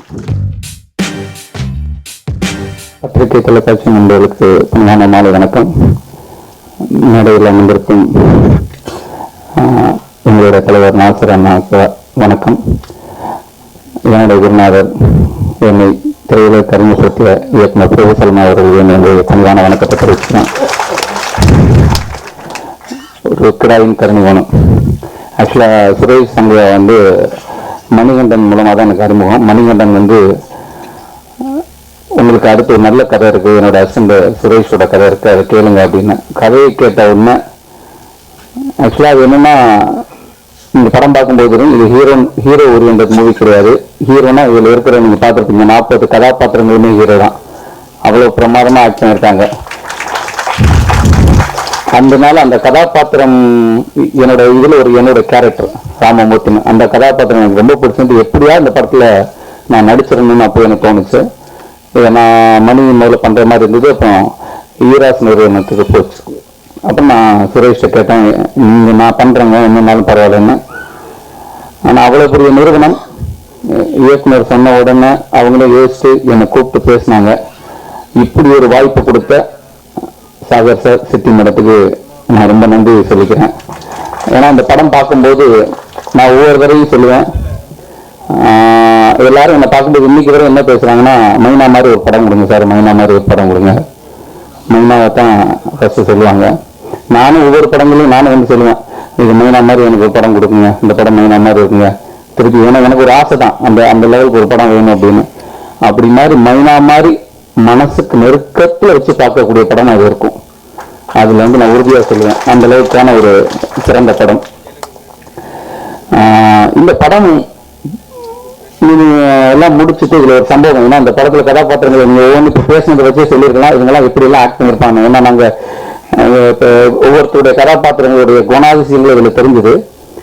இந்த படம் பண்ணும்போது ஒரு கதாபாத்திரம் நடிக்கிறதுக்கு ஒரு ஆக்டர் இது இருந்தால் நல்லா இருக்கும் அப்படின்னு ஒரு பெரிய ஆக்டர்கிட்ட அந்த கதையை சொல்ல போனோம். சுரேஷ் போய் சொல்ல போனாரு. அவங்க கதை கேட்டாங்க. கதை கேட்டுட்டு மறுநாள் உடனே எனக்கு ஃபோன் பண்ணாங்க, தம்பி இந்த கதையை நீ எப்படி செலக்ட் பண்ண அப்படின்னாங்க. என்ன அப்படின்னா, முதல்ல உனக்கு அதுக்கு தேங்க்ஸ் சொல்லுண்டா, இப்படி ஒரு படத்தை நீ வந்து நடிக்கணும் ஒத்துக்கிட்ட பாரு, அது உண்மையிலே போய். ஏன்னா இப்போ ஹீரோ என்னன்னு எனக்கு என்ன இருக்குன்னு நீ ஒரு கூட்டத்துக்குள்ள ஒரு ஆளை அதில் ஒளிஞ்சுக்கிற, இப்படி ஒரு கதையை செலக்ட் பண்ண ரொம்ப ரொம்ப சந்தோஷமா இருக்கு. அவர் சொன்னார், அவர் பெரிய சீனியர், நான் வந்து ஆக்டர் அவருக்கு முன்னாடி அவரை பார்த்து வந்தோம்னா அவர் சொன்னார், லைஃப்ல இப்படி ஒரு நான் கதை கேட்டதில்லை, அப்படி அருமையான கதை. எனக்கு இதுல ஒரு கதாபாத்திரம், எனக்கு வேற அவர் ஒரு கதாபாத்திரம் சொன்னார், அவர் வேற ஒரு ரோலை கேட்டாரு, இயக்குனர் வந்து ஃபிக்ஸ் பண்றாரு, இதுதான் நீங்க பண்ணுங்க அப்படின்னு. அப்ப அவர் சொன்னாரு, இந்த கதையை கேட்கும்போது ரொம்ப ஈஸியா இருக்கு, ஆனா அதை எடுக்கிறது அவ்வளவு சாதாரண விஷயம் இல்லை, இது எவ்வளவு. எனக்கு ஒரு 1 hour ஸ்பீச் பண்ணாரு. அப்போ எனக்கு பயம் வந்துருச்சு. நான் கதை கேட்டேன், இந்த படத்தை போய் நடிக்க போறோம், இவங்க வந்து ஒரே ஷெட்யூல்ல முடிக்க போறாங்க. ஆனா அவர் சொல்லும் போது அவர் டெக்னிக்கல் நிறைய விஷயம் சொன்னாரு. இது அவ்வளவு சாதாரண விஷயம் இல்லை. அது சுரேஷ் வந்து ஒரு கான்பிடண்டா இது இப்படி பண்ணங்கிறாரு. ஆனா அது எப்படி எடுக்க முடியும்னு எனக்கு தெரியல. ரொம்ப அது கொஞ்சம் சுதாரிக்கணும், கொஞ்சம் அதுக்கு ரொம்ப சாதாரண விஷயம் இல்லைன்னு நிறைய பேசினாரு. எனக்கு ஒரு சின்ன தயக்கம் இருந்தது இந்த படம் ஆரம்பிக்கும் போது. ஆனா 39 நாள் இந்த படத்தை முடிச்சது வந்து என்னால இன்னும் நம்ப முடியல. நீங்க படம் பார்க்கும்போது தெரியும், இந்த படத்தை பார்க்கல இவ்வளவு அழகா இந்த படத்தை எடுக்க முடியுமான சத்தியமா அது சுரேஷால முடியும், அது ஈராஸ் தான் ப்ரொடியூஸ் பண்ண முடியும். ஏன்னா இவங்க வந்து பெரிய சார்ட், என்கிட்ட பிரசாத் தானாலும் சரி ரமேஷ் அண்ணா வந்தாங்கன்னா ஒரு சார்ட், நான் எத்தனை மணிக்கு ஷூட்டு வேணும், எத்தனை மணிக்கு காஃபி குடிக்கணும், எத்தனை மணிக்கு போய் சாப்பிடணும், எத்தனை மணிக்கு உங்களுக்கு பிரேக் இருக்கு, எத்தனை மணிக்கு 5 மணிக்கு ஆச்சு இல்லை உங்களுக்கு கார் இருக்கணும், எல்லாம் பிளான்டு, பக்கா பிளான். அந்த பிளான் இருக்கிறதுனாலதான் இது இவ்வளவு கரெக்டா முடிஞ்சதுன்னு என்னால் நம்ப முடியுது. அதே மாதிரி பொதுவாக சொல்லுவாங்க, ஒரு இயக்குனரும் கேமராமேன் வந்து 2 கண்ணு மாதிரி 2 பேரும் ஒத்துழைப்பு. நானும் பார்க்க இன்னைக்காக ஒரு நாளாக தான் இருந்தால் சண்டை அடிச்சுக்கலான்னு 2 பேரும் அப்படி ஒரு க்ளோஸ். அது இதுல வந்து டைரக்டர் யாரு கேமராமேன் யாருன்னு பிரிக்கவே முடியாது. 2 பேரும் ஒன்னா ஓடிட்டு இருப்பாங்க. அவ்வளவு பிரமாதம். நான் அதுக்கப்புறம் இப்படி நான் பார்க்கல, அவ்வளவு 2 பேரும் ஒத்துழைப்பா இருந்தாங்க. அப்புறம் பிரவீன் அண்ணா, அவரும் அதுதான் கதையை கேட்டுட்டு எனக்கு அண்ணா வந்து எனக்கு ஃபோன் பண்ணி சொன்னாங்க, எதார்த்து நீ வந்து லைஃப்ல ஒரு பிரமாதமான படத்தை செலக்ட் பண்ணியிருக்கேன், கண்டிப்பா இந்த மாதிரி செலக்ட் பண்ணாலே உனக்கு ஒரு நல்ல கேரியர் இருக்கு அப்படின்னாங்க. அண்ணாக்கும் ரொம்ப நன்றி இந்த படத்துக்கு ஒர்க் பண்ணி கொடுத்ததுக்கு. கண்டிப்பா இது எனக்கு மனசுக்கு நெருக்கமான ஒரு சினிமா. கண்டிப்பா உங்க மனசுல அது நெருக்கமான சினிமாவாக இருக்கும். நம்ம சில கலாச்சார பதிவுகள் எல்லாம் விட்டுட்டு வந்திருக்கிறோம். இந்த படம் திருப்பி அது ஞாபகப்படுத்தும்னு எனக்கு தோணுது. கண்டிப்பா இந்த படத்தை உங்களுடைய சப்போர்ட், ஏன்னா கண்டிப்பா இந்த மாதிரி கதைகளோட நிறைய இயக்குநர்கள் கண்டிப்பா இருப்பாங்க. அவங்கள்ட்ட நிறைய சின்ன சின்ன ஐடியாஸ் இருக்கும். இதை எப்படி சினிமாவா எடுத்துட்டு போய் ப்ரொடியூசர்கிட்ட சொல்றதா, சொன்னா அவங்க எடுப்பாங்களா, இந்த மாதிரி சின்ன தயக்கங்கள்லாம் இருக்கலாம். ஆனா இந்த படம் ஒரு வேலை இதை பார்த்தபோது இந்த மாதிரி சின்ன சின்ன கதைகளை எடுத்து படம் பண்ண முடியும். நிறைய இயக்குநர்கள் வருவாங்க, இந்த மாதிரி படங்களை பண்றது நிறைய தயாரிப்பாளர்கள் வருவாங்க. அதுக்கு இந்த படம் மிகப்பெரிய வெற்றி அடையும். அது உங்க கையில இருக்கு. நீங்க எங்களுக்கு சப்போர்ட் பண்ணுங்க. நன்றி, வணக்கம். Thank you Jesus. வந்திருக்கும் பத்திரிகை ஊடக இணையதள நண்பர்களுக்கு வணக்கம். மேடையில் இருக்கும் என் அன்பு திரையுலக சகோதர சகோதரிகளுக்கு வணக்கம். எனக்கு இந்த மேடை பார்க்குறப்ப மீண்டும் மைனா மேடை பார்க்குற மாதிரி இருக்கு. இன்னைக்கும் என்னால் மறக்க முடியாது. அந்த மேடை சத்யன் தேட்டரில் பார்த்தீங்கன்னா கமல் சார் வெளியிட்டாரு.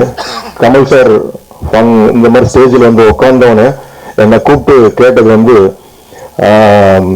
எல்லா கதாபாத்திரங்களுடைய பேரை சொல்லி எழுதிட்டு இருந்தார். மைனா, சுருளி, கிறுக்குமாயி, அந்த சின்ன பையன் அப்படின்னாரு. இப்படி கதாபாத்திரங்களுடைய பெயர் எந்த படத்துல பேசப்படுதோ, மீண்டும் இது ஒரு 16 வயதினிலே மீண்டும் ஒரு மைனா, இந்த வரிசையில தான் கண்டிப்பாக இது வரும். அதுல எந்த மாற்று கருத்துமே கிடையாது. நான் எக்ஸாகரேட் பண்ணி சொல்லல. ஒரு பானை சோத்துக்கு ஒரு சோறு பதன்ற மாதிரி இந்த ஒரு கிடாரியின் கருணை மனுவில் வெறும் ஒரு ஆட்டு தலையை நடுவில் போட்டு ஒரு போஸ்டர் டிசைன் பண்றதுக்கு ஒரு டைரக்டருக்கு மேல ஒரு துணிச்சல் வேணும். அதை அங்கீகாரம் பண்றதுக்கு ஒரு தயாரிப்பாளருக்கு அதை விட ஒரு துணிச்சல் வேணும். ஆனால் இது என்ன உண்மைனா, இதுதான் இன்னைக்கு ஆடியன்ஸ் ரசிக்கிறாங்க. இதற்கான புல்லிங் பவரே வேற. இன்னைக்கு எழுதி வச்சீங்க சார், சாகர் சார், இது ஒரு மினிமம் கேரண்டி, கவலைப்படாதீங்க. ஏன்னா ஒரு அடைமொழி சொல் வந்துடும். இந்த ஆட்டு படம் பார்த்தியான்னு எனக்கு படத்தை அப்படித்தான் சொன்னாங்க. கும்கின்னு சொல்ல அந்த யானை படம் ஒன்று வந்திருக்கு பாருங்க. அந்த மாதிரி இது ஒரு அடையாள திரைப்படமாக தான் இருக்கும். ஏன்னா நம்ம நிறைய நினைக்கிறோம் இந்த மாதிரி அனிமல்ஸ் வச்சு எடுக்கிறது சில பேர் என் காது படவே சொல்லியிருக்காங்க. மைனாவுக்கு அப்புறம் என்ன சார் ஒரு ஹிட்டுக்கு அப்புறம் இப்படி போய் ஒரு யானையெல்லாம் வச்சு எடுக்கிறீங்க? கண்டிப்பாக கிடையாது. அதுக்குள்ள பாத்தீங்கன்னா இன்னைக்கு யானைகள் இல்லைன்னா வனப்பகுதியே கிடையாது, வனங்கள் இல்லைன்னா மழை கிடையாது, ஆற்று வெள்ளம் கிடையாது. ஒரு ஒரு ஒரு ஒரு சைக்கிளுக்கு அது ரீசனா இருக்கும். சோ இப்படி அதுல ஒரு துவக்கத்துல சில விஷயங்கள் நான் பேசியிருக்கேன் கும்கியில. ஆனால் அடுத்த திரைப்படத்தை அதை இன்னும் ஆழமா எராஸ் பட கம்பெனில தான் சொல்ல போறேன் நானு. சோ இது ரொம்ப ரொம்ப ரிலேட்டட். ஸ்டீவன் ஸ்பீல்பர்க் பாத்தீங்கன்னா திடீர்னு வார் ஹார்ஸ் ஒரு பிலிம் பண்ணுவார், ஸ்டென்லெஸ் லிஸ்டன் பண்ணுவார், வார் ஹார்ஸ் பண்ணுவார், குதிரை வச்சு ஒரு திரைப்படம் பண்ணுவார். சோ அது இந்த மாதிரி திரைப்படங்கள் மாறி மாறி வரணும். அப்பதான் இது ஆடியன்ஸை ரெஃப்ரெஷ் பண்ணிக்கிட்டே இருக்கும். சமீபத்தில் வந்த திரைப்படங்கள் துருவங்கள் 16 மாநகரம், அடுத்தது குற்றம் 23, அந்த வரிசையில் இந்த படமும் மீண்டும் சினிமாவுக்கு ஒரு புத்துணர்ச்சி ஏற்படுத்தும் நம்பிக்கை எனக்கு இருக்கு. இதுல இந்த விழாவோட நாயகன் ரகுராம் அவருடைய பிஜிஎம் தான் கேட்டேன் நானு. அதுல ஒரு மெச்சூரிட்டி இருக்குது. அந்த ட்ரெய்லருக்குள்ளே எங்க சைலன்ஸ் கொடுக்கணும், ரொம்ப அழகா அதை மிக்ஸ் பண்ணிருக்கீங்க. உங்களுக்கு ஒரு ப்ராமிசிங்கா ஒரு இடம் இங்க இருக்கு தமிழ் சினிமால, கவலைப்படாதீங்க. அதே மாதிரி பிரவீன் எடிட்டர் அவர்கள் எல்லாமே ஒரு நல்ல டீம். பேக்கிங் சரண் உங்க ஒர்க் பார்த்தேன் நானு. ரொம்ப கஷ்டம் அது. அதாவது லைட் கண்ட்ரோல் இல்லாத ஒரு இடத்துல ஒரு நண்பர் சொல்லிட்டு இருந்தாரு, இந்த மாதிரி அங்க போறப்ப டைரக்டர் எல்லாரையும் போட்டு வதச்சிட்டு இருந்தாரு அப்படி இல்ல. நான் அப்புறம் யார் அவருன்னு கேட்டேன். பாடலாசிரியர்னாங்க. கண்டிப்பா அவர் ஏசி ரூம்ல இருக்கிறவரு, மியூசிக் டைரக்டர் கூட இருக்கிறவரு. அதனால வெளியில இப்படி பாக்குறப்ப எல்லாமே கஷ்டமா தான் தெரியும். அது கஷ்டமே கிடையாதுங்க. நான் சுரேஷ்க்கு சொல்லிக்கிறது, இந்த போர் குணத்தோட அடுத்தடுத்து திரைப்படம் பண்ணுங்க. அப்படி பண்ணீங்கன்னா தான் இன்னைக்கு நம்ம எல்லாம் சஸ்டெயின் பண்ண முடியும் இண்டஸ்ட்ரிக்குள்ளார. இது கஷ்டமே கிடையாது. ஒரு அவதாரோ டைட்டானிக் அது மேக்கிங் இதெல்லாம் படிச்சீங்கன்னா நம்ம எல்லாம் ஒண்ணுமே பண்ணல. நம்ம நடிகர்கள் இன்னும் நிறைய நாகர் சார் இருக்காரு. அவருக்கு அவர் ஒரு நடிப்போட என்சைக்ளோபீடியா. என்னை பொறுத்த வரைக்கும் நான் என்னோட கிங் திரைப்படத்துல நான் பயணிச்சிருக்கிறேன். அவர் சினிமாவில் எனக்கு நான் கொடுத்த சில விஷயங்கள் தவிர நிறைய பேசுறப்ப இன்னும் அவரையெல்லாம் நாங்க சரியா பயன்படுத்தல. சொல்ல போனா ஒரு சிங்கத்துக்கு நாங்க தயிர் சேர் போட்டுட்டு இருந்த மாதிரி தான் இருக்குது. சரியான ஒரு விஷயங்கள் கொடுக்க எங்களுக்கு அதுக்குள்ள நாங்க என்ன செய்யணும். சோ இந்த இந்த இந்த மாதிரி ஒரு உழைப்பை சுரேஷ் அவர்கள் நீங்க விடக்கூடாது. இந்த ஃப்ரேம் ஒரு ஃப்ரேம் பாக்குறப்ப எனக்கு ராஜபாளையம் எல்லாம் கடந்து நான் போயிருக்கேன். நான் என்னோட கேள்வி திரைப்படத்துக்கு போனப்ப ஒரு பொட்டல் வெளி நான் ஆசைப்பட்ட ஒரு லொகேஷன். அதனால வெறும் கிரீன்ஸாவே போயிட்டு இருந்தேன்.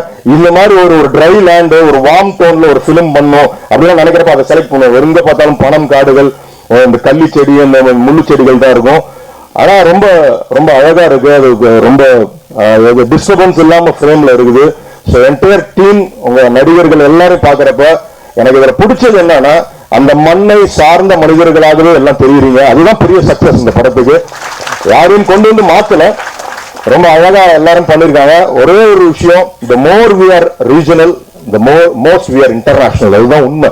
எந்த அளவுக்கு நம்மளோட திரைப்படங்கள் ரீஜனல பிரதிபலிக்குதோ நம்ம இன்டர்நேஷனல் லெவல்ல உயர்த்தப்பட்டு போயிட்டே இருப்போம். அதுதான் இரானியன் பிலிம்ஸ், அதுதான் உலக சினிமாக்கள். நம்ம பண்ணிட்டு இருக்கிற இந்த திரைப்படங்களும் நாளை ஒரு உலக சினிமாவாக மாறணும். அது என்னுடைய ஆசை. கடவுள்கிட்ட வேண்டிக்கிறேன். நன்றி, வணக்கம். ரொம்ப மகிழ்ச்சியா இருக்கு. இந்த படம் சம்பந்தப்பட்டவங்க எல்லாருமே பேசும்போது ரொம்ப வெள்ளந்தியா ரொம்ப திறந்த மனசோட பேசினாங்க. எல்லாம் பேசின பிறகு இவங்க எல்லாம் பேசுனது கேட்ட பிறகு எனக்கு நிறைய பேசணும்னு இருக்கு. கால அவகாசம் இல்லை. ஒரு படத்துல உண்மையா கடைசியில மிஞ்சிறது அந்த படம் சம்பந்தப்பட்ட நிகழ்வுகள் தான். எனக்கு அவதாரம் பொருளாதார ரீதியா ஒரு பெரிய ஒரு வீழ்ச்சியை கொடுத்துக்கலாம். ஆனால் அந்த எடுத்து முடித்த வரைக்கும் இருந்த நிகழ்வுகளை நினைச்சு பார்த்தா அது பல ஆயிரம் கோடிகளுக்கு இணையானது. எடுத்து முடிக்கிற வரைக்கும் தான். அதுக்கப்புறம் நடந்த நிகழ்வுலாம் நான் நினைச்சுக்கூட பார்க்கறது கிடையாது. ஆக இந்த படம் உருவாவதுக்கு இன்னைக்கு அந்த படத்தை பத்தி நிறைய பேர் பேசுறாங்க, எல்லாம் சொல்றாங்க. ஆக ஒரு நல்ல படம் வெற்றியோ தோல்வியோ அது என்னைக்குமே நல்ல படம் தான். இன்னைக்கு இந்த படம் உருவாக்க காரணமாக இருந்த ஒவ்வொருவரும் பேசும்பொழுது அந்த படத்தை ரொம்ப அனுபவிச்சு பண்ணியிருக்காங்க. அதுதான் ரொம்ப ரொம்ப முக்கியம். உண்மையில் சொல்ல போனால் பெரும் பட்ஜெட்டில் எடுக்கின்ற படங்களில் அந்த இது கிடைக்கிறது இல்லை. ஏன்னா எல்லாருக்குமே ஒரு பொறுப்பு இருக்கு, பட்ஜெட்டு அதெல்லாம் இருக்கு. ஆனா இந்த மாதிரி படம் பண்ணும்போது ஒரு கவலையும் இல்லை. எல்லாரும் என்ன உண்மையான ஒரு உணர்வுகளோடு பேசுறாங்க. அதுவும் எல்லா படங்களையும் கொண்டு வரலாம். அந்த இறுக்கத்தை தளர்க்கிறது தான், அந்த தளர வைக்கிறது தான் நம்ம தேடுற ஒரு விஷயம். இந்த படத்தின் முதல்ல ஈராஸ்க்கு நன்றி சொல்லணும். ஏன்னா அவங்களுடைய அந்த வெள்ளோட்ட படங்கள்ல பாத்தீங்கன்னா மிக பெரும் நட்சத்திரங்கள், பவன் கல்யாண் வராரு, சல்மான் கான் வராரு, கமல் சார் வர்றாரு, எல்லாம் போறாரு. ஒரு ஆடு நல்லா இருந்தா கூட அதை நாங்க வாங்குவோம் அப்படின்றத நீங்க ப்ரூவ் பண்ணிருக்கீங்க. Really hats off to you. So அவங்களுக்கு சல்மான் கான் ஆடு வித்தியாசம் இல்லை. ஒரு நல்ல படம், நல்ல என்டர்டெய்னர், அதுதானே சார்? ஓகே. ஸோ ஒரு நல்ல என்டர்டெய்னர், அந்த ஆடை வச்சு கூட இருக்கலாம். பிரபு சாலமன் பேசும்போது சொன்னாரு, இந்த மிருகங்களை வச்சு படம் பண்ணும்போது நிறைய, ஏன்னா இங்க மூட நம்பிக்கைகள் மிக அதிகமா எங்க இருக்குன்னா அது இங்கதான் இருக்கு. நல்லது ஒண்ணு நடந்தா அது பொல்லாவது பல பேர் சொல்லுவாங்க. சைவம் எடுக்கப்பட்டது, சைவம் கதை சொல்லும் போது கூட அப்படித்தான் ரொம்ப எளிமையான கதையா இருந்துச்சு. ஆனால் அது கடைசியில முடிகிற இடம் ரொம்ப விஜய் கிட்ட சொன்ன, விஜய் இது ரொம்ப நல்லா இருக்கும் அப்படின்னு. ஆக இது வேற மாதிரியா இருக்கு. இது அதை விட ரசிக்கா இருக்கு, அதை விட சிரிப்பா இருக்கு. அந்த வைப்ரண்ட் அந்த கேரக்டர்ஸை பார்க்கும்போது அது இன்னும் இந்த படம் ரொம்ப நல்லா வரும்னு நினைக்கிறேன். ஏன்னா இது சொல்லும் போது அடடா அட்லீஸ்ட் ஒரு ஷூட்டிங் வேடிக்கை பார்க்கறதுக்காவது போயிருக்கலாமே அப்படின்னு தோணுது. அவ்வளவு சந்தோஷமா இருக்காங்க. வெயில் பனின்றது கிடையாது. செய்யற வேலை நமக்கு பிடிச்சதுன்னா வெயில் நம்மளுக்கு உரைக்கவே உரைக்காது. அதான ஸோ நீங்க அனுபவிச்சு பண்ணிருக்கீங்க. ஒரு எதிர்பார்ப்பு இல்லாம பண்ணீங்க. விதார்த்தெல்லாம் அவனுடைய நண்பன் அப்படின்றதா சொல்ல, புடம் போடப்பட்ட ஒரு நடிகன். அவன் எங்கிருந்து அவருடைய அந்த நடிப்புக்கான ஒரு தேடலை ஆரம்பிச்சிருக்காரு எனக்கு தெரியும். வெயிட் பண்ணுவார். ஒரு தயக்கம் வரலையேன்ற ஒரு ஏமாற்றம் எல்லாம் கிடையாது. நான் உத்தரவாதம் தருகிறேன். புடம் போடப்பட்ட ஒரு நடிகன். வெறும் நடிகனாக கனவு காண்பது மட்டுமல்ல, அந்த நடிகனாக தன்னை தயார்படுத்திக் கொள்வதுதான் ஒரு நடிகனுடைய முதல் தேடலாக இருக்கிறது. அந்த தேடல் கூத்துப்பட்டிலிருந்து ஒரு படத்துல பாக்குறேன், எங்கேயோ ஒரு மூலையில நிற்கிறான் சார், என்னடா இங்க சார், அது எல்லாவற்றையும் தாங்க. அவங்க நாடக நடிகனுக்கு மட்டும்தான் ஒரு நிகழ்வின் வெற்றியையும் தோல்வியையும் சமமாக பார்க்கின்ற ஒரு பக்கம் நாடக நடிகனுக்கு மட்டும்தான் இருக்கும். அது விதார்த் கிட்ட இருக்கு. நிச்சயமா தெரியும். அவன் வந்து அவர் ஓகே எனக்கு ஒன்று அவன் சொல்லும்போது அவதாரத்தில் ஒரு இது வருது. தட்சிணாமூர்த்தின்னு ஒரு கூத்தவாதியாரை வந்து நாங்கள் அவதாரம் பண்ணும்போது அவரை வந்து உதவிக்காக வச்சுருந்தோம். அவர் என்ன பண்ணுவாருன்னா, அவர் காஞ்சிபுரம் பக்கம் தான், எங்கள் ஊர் பக்கம். நீ என்ன எப்படி எடுத்துக்கிற, நீ அதெல்லாம் எடுக்கிறது, துண்டு துண்டா எடுக்கிற, மொத்தமாக எடுத்துரு, வா நீ என்னன்னு பேசுவார். ஒரு அசிஸ்டன்ட் டைரக்டர் அவரை கூட்டின்னு போய் தனியாக, என்னங்க அவரை போய் நீங்கள் வந்து எல்லாரும் முன்னால் வந்து வாண்டின்னு சாருன்னு சொல்லு, சார்லாம் அப்போ இது ரொம்ப நாளாக ரொம்ப நேரமாக நடந்துட்டு இருக்குது. கடைசியில் அவர் வெறுத்து போய் ஒரு வார்த்தை சொன்னார். அதுதான் இதுதான் அந்த கிராமத்தை சார்ந்த கலைஞர்களுக்கு இருக்கின்ற ஒரு பெரிய பக்குவம். அவர் சொல்றாரு, சரிட்ட விட, நான் உள்ள அவருன்னு வச்சுக்கிட்டு நீன்னு சொன்னா அதனா நீ காட்டம் வந்து அவரு தான் விடாத அப்படின்ட்டாரு.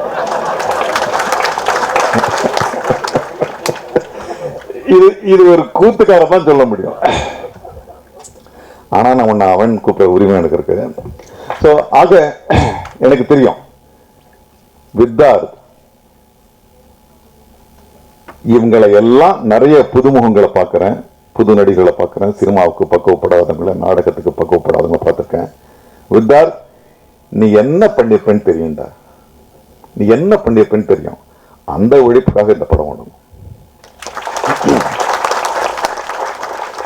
ஆக இதுல வந்து இது எல்லாத்துக்கும் விட இதுல மிகப்பெரிய அனுபவம் ஈராஸ்க்கு தான். Sagar, because you wouldn't have come across this kind of film. I don't know how you identified this film. இது இந்த ஸ்லாட்ல இருக்கலாம். அவங்களுக்கு என் ஒய்ஃப் அவங்களும் ஒரு கார்பரேட்ல வேலை செஞ்சாங்க. நம்பர்ஸ் தான் அவங்களுக்கு,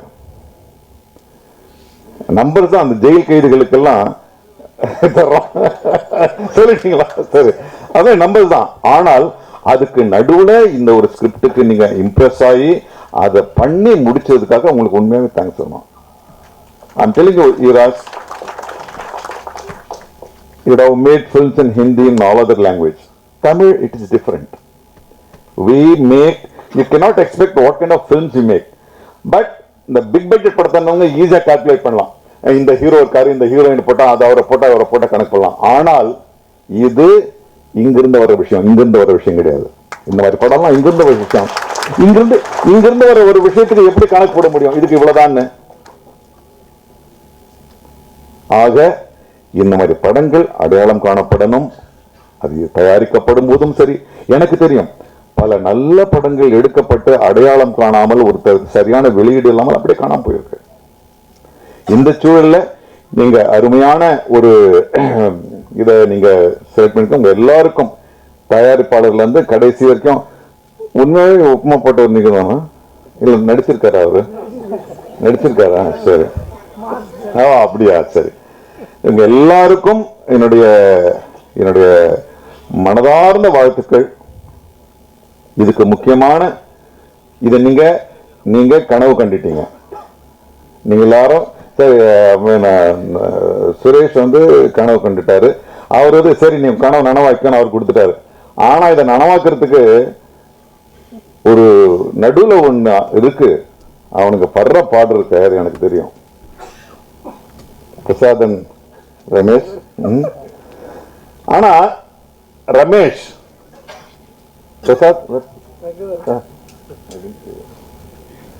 அவங்களும் தேவர் மகம் பண்ண ஆளு ரமேஷ். அப்புறம் எப்படி இந்த படத்தை வந்து 39 நாள்ல வந்து 30 நாள் முடிக்க எப்படி பிளான் பண்ணிப்போம் எனக்கு தெரியும். ஏன்னா ஓட விரட்டுவார், தூங்கிப்பாரா. தேவர் மகன் அவ்வளவு பெரிய மகாகாவியம் 58 நாள்ல எடுக்கப்பட்டது. ஆக இது சம்பந்தப்பட்டவங்க எல்லாருமே பொறுக்கி பொறுக்கி பொறுக்கி பொறுக்கி போட்டிருக்காங்க. அது எடிட்டர் ஆகட்டும், ஐ ரியலி அப்ரிஷியேட் யுவர் கிரேஷியஸ்னஸ். அது ஸ்டண்ட் மாஸ்டர் ஆகட்டும், கேமராமேன் ஆகட்டும், ரகுராம், ஐ really appreciate you. I was very happy. அப்போ நான் ஃபர்ஸ்ட் நான் மியூசிக் டைரக்டர் ஹலோ, அப்புறம் உன்னை பற்றி நீயும் பக்கத்தில் உட்காந்துக்கு நான் உண்மையாகவே பெருமைப்படுறேன். ஏன்னா it's not about your the market, உன்னுடைய மியூசிக் எவ்வளோ மார்க்கெட் ஆகுதுன்றது கிடையாது. நீ தன்னம்பிக்கையை எந்த ஒரு குறைவுனாலும் நீ வளர்த்துக்கிட்டேன்னு சொன்னப்பார். அதுக்காக சம்படி இது எங்கன்னா இருக்கிற யாராவது ஒருத்தராவது இன்ஸ்பயர் ஆவாங்க. அதுக்காக you are the hero of the thing. I really appreciate.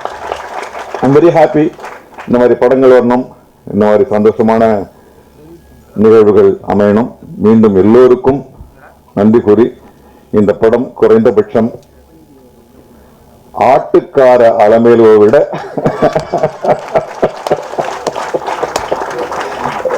உங்களுக்கு தெரியுமா அந்த படம்? உங்களுக்கு தெரியும்? You don't know about the film? ஆட்டுக்கார Alamelu, you better find out. ஏன்னா ஒரு காலத்துல வந்து அதுதான் மிகப்பெரிய படம். அந்த காலத்துல வந்து எல்லா ஹீரோக்களும் வயதான ஒரு காலம். அந்த ஆடு தான் இன்னைக்கு ஒரு பெரிய இதுவாச்சு. அதை விட, ஏன்னா அது வேற ஒரு ரீதியான படம், இது மனசுக்கு நெருக்கமான ஒரு படம். அதை ஆட்டுக்கார அலமேலுவை விட மிக பிரமாதமான வெற்றி அடையும். அப்போதுதான் இதனால் உந்தப்பட்டு இந்த மாதிரி திறன்கள் வரும், இந்த மாதிரி படைப்புகள் வரும்.